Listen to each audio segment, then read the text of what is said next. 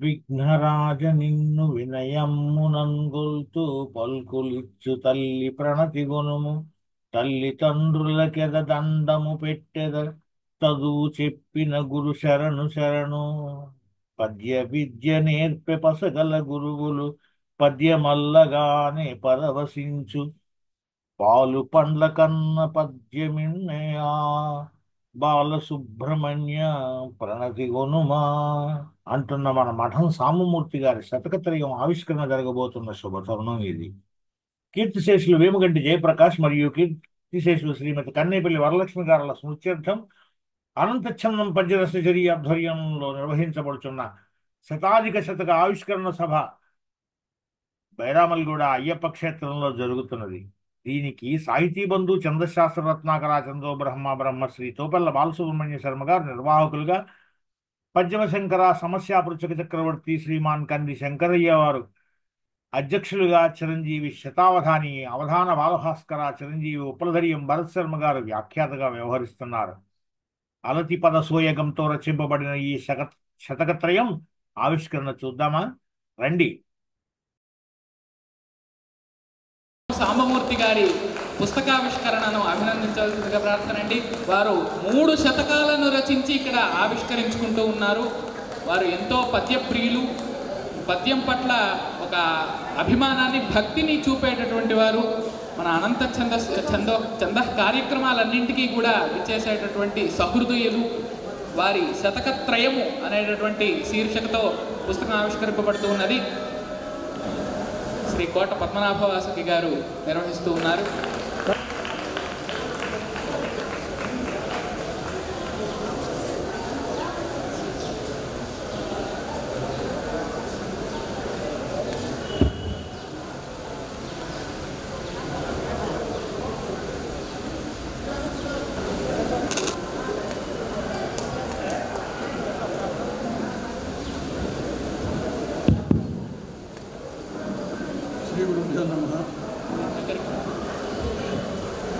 మఠం సాంబమూర్తి గారు ఒక విధంగా పద్యాలు నేర్చుకోవడానికి మేము ఇద్దరం సుమారుగా ఒకే సంవత్సరం 2021లో తోపెల్ల శర్మ గురువు గారి దగ్గర చేరడం జరిగింది. చాలా తొందరగానే ఆయన 3 శతకాలను పుస్తక రూపంలో ప్రచురించగలిగారు. దీంట్లో మొదటి శతకము పార్వతీపతి శతకము. ఇది భక్తి ప్రధానంగా రాశారు. తర్వాత సాంబమూర్తి శతకము, ఇది నీతి బోధకంగా ఉన్నటువంటి శతకము.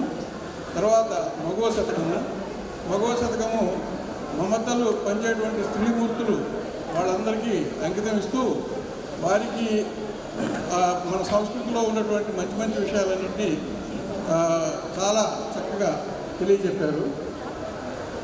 అయితే దీంట్లో అన్ని ఆటవల్లి పద్యాలను తర్వాత చాలా అలతి పదాలతోటి అందరికీ అర్థమయ్యేటట్టుగా రాయడం జరిగింది. సమయాభావం వల్ల, ఎందుకంటే ఇది అందరూ చదువుకోగలరు, చదువుకుంటే చాలా తేలిగ్గా అర్థమవుతుంది. అసలు నిఘంటువు గురించి మీరు ఆలోచించలేడనే 3 శతకములను ముచ్చటగను కమ్రపజ్జలిడనే కవయిత మిత్రము పార్వతీపతి కృపను బడయుగాత. పార్వతీపతి కృపన వరలుగాత. ఇది నా ఆకాంక్ష. ఆయనకి చిన్నగా ఈ మాట చెప్పాను.